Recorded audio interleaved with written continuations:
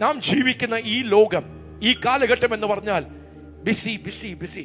രാവിലെ തൊട്ട് രാത്രി വരെ നമ്മളെ ബിസിയാക്കി കളയുന്ന ജോലിയായിരിക്കാം, നമ്മുടെ വീട്ടിലെ കുടുംബത്തിലെ വിഷയങ്ങളായിരിക്കാം, ഓരോ കാര്യത്തിൽ നമ്മെ കെട്ടിയിടുന്ന, ബിസിയാക്കുന്ന.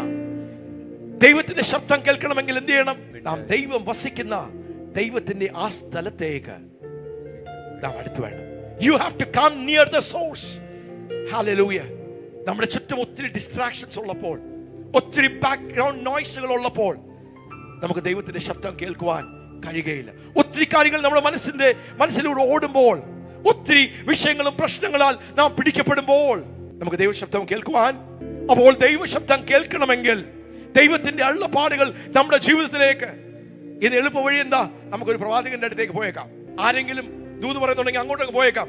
അവരൊന്നും തലേ വെച്ച് എന്തെങ്കിലും പറയട്ടെ. പുതിയ നിയമ വിശ്വാസികളോടുള്ള ബന്ധത്തിൽ, ദൈവസഭയോടുള്ള ബന്ധത്തിൽ അങ്ങനെയല്ല ദൈവത്തിന്റെ പ്രമാണം. ഹല്ലേലൂയ. ദൈവത്തിന്റെ പരിശുദ്ധാത്മാവിനെ നമ്മുടെ ഉള്ളിൽ വസിപ്പിച്ച്, പ്രവചനാത്മാവിനെ നമ്മുടെ ഉള്ളിൽ ദൈവമാക്കി ദൈവത്തിന്റെ ശബ്ദം കേൾക്കുവാൻ പ്രവാചക ശുശ്രൂഷകളെയും പ്രവാചക അഭിഷേകവും എല്ലാം ദൈവം തന്നിരിക്കുന്നത് നാം കേൾക്കുന്ന ദൈവശബ്ദം അത് ശരിയാണോ എന്ന് ഹല്ലേലൂയ ഉറപ്പിക്കുവാൻ, അതിനെ കൺഫേം ചെയ്യുവാൻ ആവശ്യമുണ്ടെങ്കിൽ ദൈവം നമ്മുടെ മധ്യത്തിലേക്ക് ഒരു പ്രവാചക ശബ്ദത്തെ അയച്ച് നമ്മോട് ഇടപെടുന്ന ഒരു ദൈവീക ക്രമമാണ്, ഒരു പ്രമാണമാണ് ദൈവസഭയിൽ ദൈവം വെച്ചിരിക്കുന്നത്. ഹല്ലേലൂയ.